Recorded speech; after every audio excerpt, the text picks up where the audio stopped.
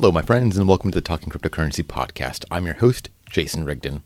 On this episode of the show, we are talking to Ameen Soleimani of Spankchain. They're building a cryptocurrency-powered adult entertainment ecosystem built on the Ethereum network. We all know that the adult entertainment industry has historically led technological innovation from VHS to the internet and now cryptocurrency. Spankchain could revolutionize this billion-dollar industry.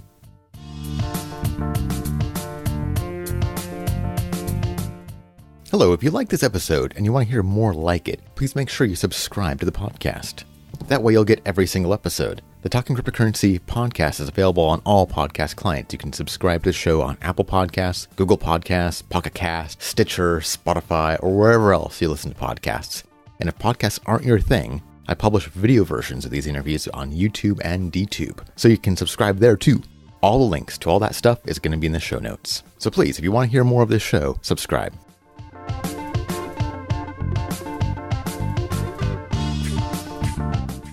Hello, on this episode, I'm here with Ameen Soleimani, CEO and co-founder of Spankchain. How are you today? Doing well. Thank you for having me. So could you tell me a little bit about the problem you're trying to solve? Yeah, so the problem Spankchain is trying to solve is about providing the adult industry performers and businesses with a way of securely storing their funds and transacting without having their funds at risk of seizure or censorship by the legacy financial institutions. Okay, and that happens pretty commonly, right? Where performers will just have their bank accounts closed or frozen? Yeah, it happens. So I think in 2014, JP Morgan shut down the bank accounts of a bunch of adult performers and their families without explanation or warning. PayPal shuts down their accounts all the time. And Visa and MasterCard refuse to process their transactions. Stuff like that. It's pretty commonplace. Yeah, this is happening here in America. It's not like it's... Yeah, it's just the persecuted legal part of business. And so how are you solving this problem? Well, we are solving it by trying to accelerate the migration to using cryptocurrencies and blockchain technologies in the industry. So if you hold your money on a public blockchain like Ethereum or Bitcoin, then your funds are much less at risk of being seized and your transactions can no longer be censored. And so for us, we are building the tools and platform in order to help adult industry performers and businesses conduct their economic activity using these public blockchains. And does this also protect the clients, the people that are paying? Yeah, well, it's separate from your sort of credit card-based identity.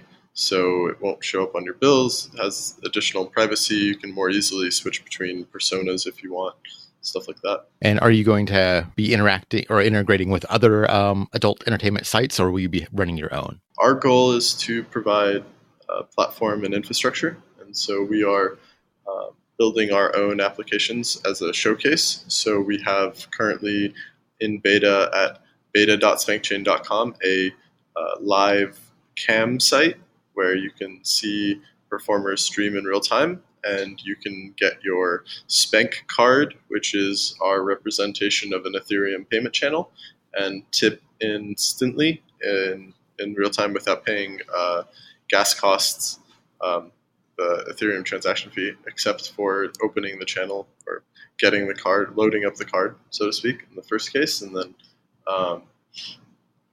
when you want to settle at the end. And our plan is to bring this technology, this payment system, to the greater adult entertainment industry. And one thing that I was seeing when I was reading some of your other material was about these predatory fees that some of the other sites are charging performers. Yeah, so currently campsites charge something like 50%, and about 10 or 15% of that can be explained by the payment processors.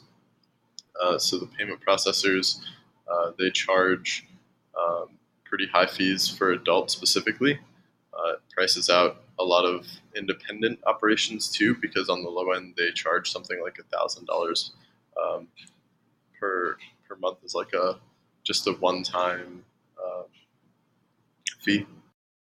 Okay, so this could allow performers to actually be operating totally independently. Yeah, our goal is to reduce the cost enough to make it really easy for performers to stand up their own sites. and monetize those directly.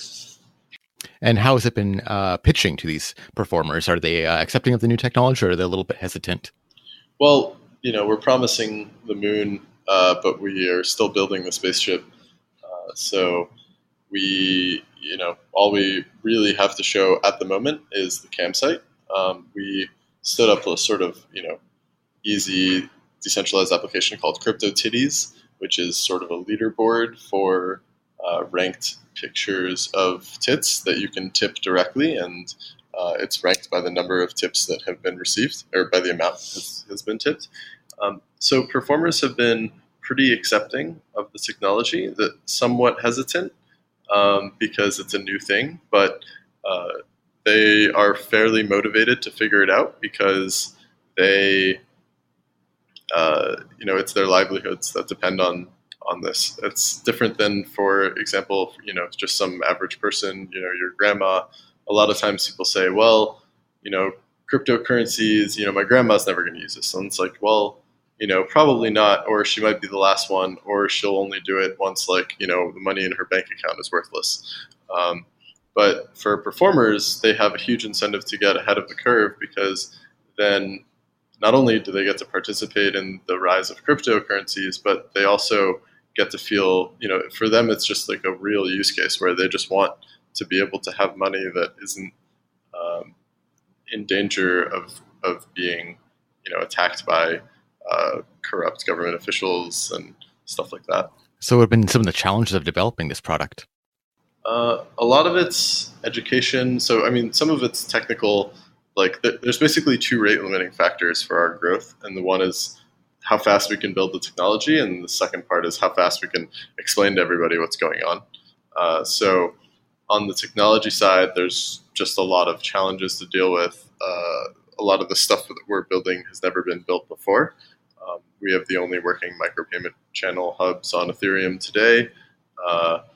For even in the simplest possible case of unidirectional Ether payments, and we're working on getting non-custodial payment hubs that have token support, and we should have that in the coming month or two.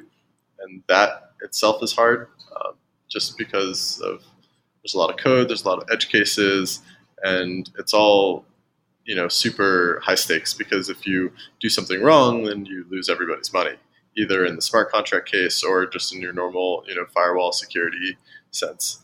And then on the adoption side, it's a little tricky because we're playing we're sort of at the whim of the market, in the sense that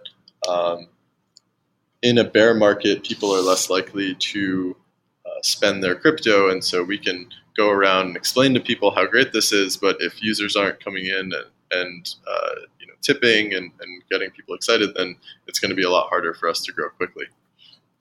Yeah, while researching you, I was very surprised about how highly technical you folks are. I'm used to a lot of ICOs where sometimes it feels like they might not actually understand the full concept, but watching your videos, you guys are super technical. Yeah, we try. Yeah, you take it very seriously, and you're doing some really innovative things on the technical side too. Thanks. Yeah, we've got a lot that we're building. The campsite is sort of this one part of our offering. The next things that are going to be coming up are the clip site, which is, buy access to clips, but it all integrate through the Spankcard payment channel wallet and use our payment channel hub. And then we plan on exposing the SDK so that any developer who wants to spin up a site can plug into our payment channel hub and use it and build their site around that. And then as we go on, we plan on exposing SDKs for our other services, like the video player, a website builder, UI, affiliate network, stuff like that, so that people can integrate these. We sort of start with this process of dog fooding, where we build something into our own sites and then extend it as a showcase, or then extend it after the showcase has been done to show the SDKs to the world, to share that. And then from there, we want to move towards decentralization, where we can really offer these services in a decentralized way. So decentralized peer-to-peer video streaming, using many hubs instead of just necessarily ours, but routing through them, stuff like that. And then the next big thing we've got coming up is the Spank Bank. So we have our own stable coin called Booty, and you stake your Spank in the Spank Bank to mint Booty. And Booty is good for $1 worth of our services, so it's a low volatility fee credit backed by our services. And so if you're a performer and we're charging you 0.5% on a campsite, or I'm sorry, 5% on the campsite, then you could get tipped in Booty or stake your Spank and then cover all of your fees. And if you are, for example, third-party adult website that's just using our payment processor and you're paying us something like 0.5% as well, then you too could pretty quickly stake Spank and mint Booty and then use that to cover your fees as well. And if the network grows, then great, you get to participate in the increased utility of the network. Interesting. And so have the performers been, do you have like a queue of performers waiting to get in, or is it kind of available for anybody that wants to join in, can join in right now? Yeah, so we had a closed beta and then we moved to an open beta. And so the closed beta, we had a queuing system. In the open beta, you can basically stream at any time. During the closed beta, we were, subsidizing the performers who were showing up. During the open beta, we stopped. We saw, sort of as expected, the performers were coming a little less frequently because we weren't paying them as much, and with the bear market, people are sort of less willing to spend their crypto on fun things. And then now we are starting to ramp up on featuring shows again and starting to see people get more excited about coming to the site. Do you think that's going to be a problem for cryptocurrencies going forward, that with these currencies that we think are kind of deflationary, that people will be afraid to spend them? Well, potentially. There's this weird there's this weird dynamic at play with cryptocurrencies that are trying to actually be currencies, which is that the more stable they are, the better they are at functioning as a medium of exchange. But the more that people start to use them as a medium of exchange, then the higher the speculative value. And so the more people will buy them to speculate on them being really good mediums of exchange, which will drive the price further up and then make them more volatile, which makes them worse medium of exchanges. And so you sort of have this spiral. I think it's possible. I think in our case, in the short term at least, we solve this problem by having our own stablecoin that we can use as a medium of exchange to allow people to buy into it, hold it.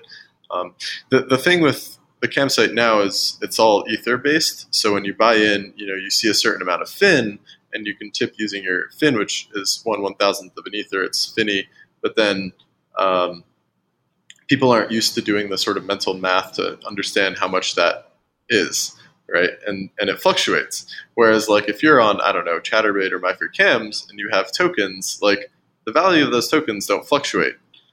They might be abstract, it might be 10 cents per token, or so you have 10 tokens or something, and then you're tipping those, sort of like Chuck E. Cheese tokens. But your Chuck E. Cheese tokens, the value doesn't fluctuate. So I think it's going to be really helpful and important to provide this stablecoin to the market, because then other adult sites who recognize this problem might want to partake as well. And given that we've designed the system so that they can participate in the issuance, I think they'll find it really attractive. We've gotten some early, I can't make any announcements here, but we've got some early interest from the other like crypto adult projects that want to potentially join forces and use this. And have there been any particular challenges as far as regulation goes? So as far as regulation goes, we are in the middle of a sort of conservative push to clamp down on sex work in general. We are also in a highly uncertain regulatory environment for cryptocurrency. It's unclear, if tokens are securities, are utilities, are governed by the IRS, the SEC, FinCEN, who's in charge. There's a lot of uncertainty there. On that side, I think we have a pretty we're doing the best we can to be compliant, so to say. And on the adult side, there's two bills signed into law: SESTA, which is Stop Enabling Sex Trafficking Act, and FOSTA, which is the Fight Online Sex Trafficking Act. And basically, those clamp down on they eliminate a specific, I think it was HR 130 or something like that. The point being that before this bill's passed into law, internet platforms like Twitter, Reddit, 4chan, etc., they weren't necessarily held accountable for the user-generated content on them. Whereas after this law is passed, then Reddit and other sites can be held accountable for the user-generated content and have to impose their own sort of censorship. And so you see, Backpage get shut down, Reddit shut down a bunch of its subreddits, Craigslist shuts down its whole personal section. On that front, I think it's actually going to be fine because the enforcement is mostly around solicitation of sex work in general, which is not something that our platform is concerned with at the moment. And so, and even if it was, then I think we would have the best tools to be able to self-police and remain compliant. Yeah. All right. Interesting. Yeah. The regulation on both sides are shifting and wild, and they just don't make any sense. So what are your plans for the future? I gave you our sort of short-term roadmap. In the future, I think that we're going to want to start experimenting, besides the sort of general get adoption, get users for our consumer products, building, relationships in the adult industry for our, business to business side.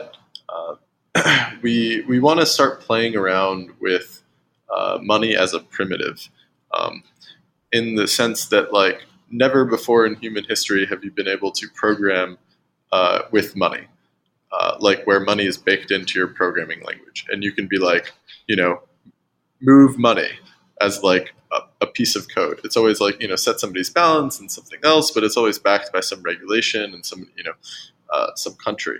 Whereas in this case, we can build entirely sort of self-regulating systems. For example, on the topic of remaining compliant in the wake of FOSTA and SESTA, self-policing users to make sure that there isn't solicitation going on. And as a bonus, to provide additional moderation. So here's one of the things we were thinking about.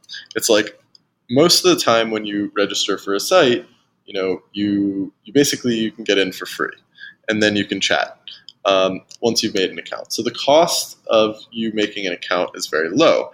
And if you're chatting with somebody, basically all they can do is block you or mute you. And then what you'd have to do is, you go make another account. And we've seen that this doesn't exactly work. There's a bunch of Twitter scam giveaway bots and stuff like that. And this is the type of problem that could be solved relatively easily with economic incentives, because you just force all the users to get like a chat license.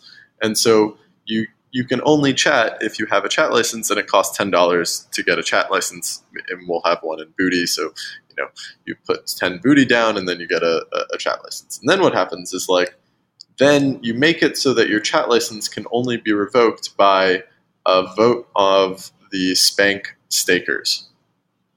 And so now, and then what happens is you give somebody who challenges you, they say, they basically go to everybody who is staking Spank, and they propose to challenge your chat license, and they match your deposit. So they put down $10 of their own, and then they say, here's this guy's chat history.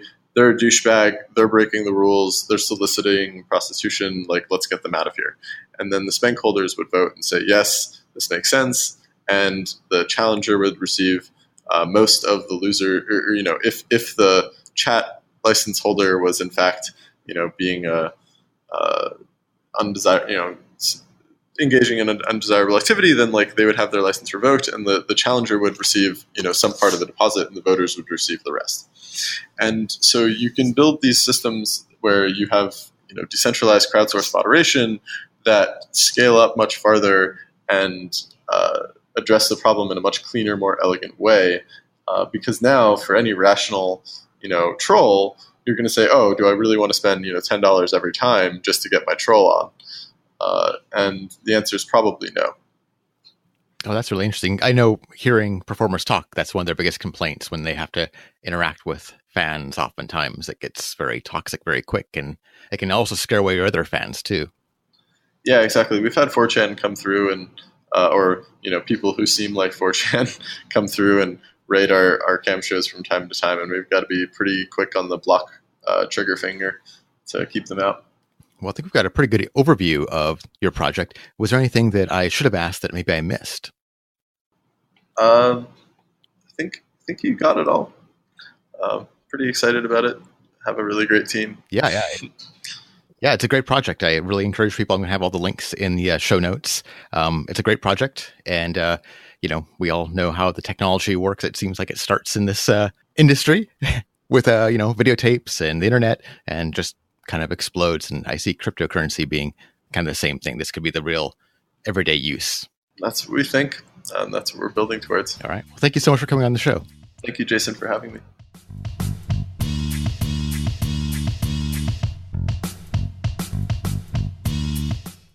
Thanks, Ameen, for coming on the show. Spankchain is a very interesting project. It has so much potential to help adult entertainers operate with more freedom and efficiency. Human sexuality is a fundamental human right and is under attack all the time. I'm so happy to see projects like Spankchain fighting back with technology. If you want to learn more about Spankchain, the links are all in the show notes. You've been listening to the Talking Cryptocurrency podcast. My name is Jason Rigden, and I've been your host. Thanks for listening to the show. If you liked it, would you please consider giving us a rating or review on iTunes? I look forward to talking to you again soon. Have a great day.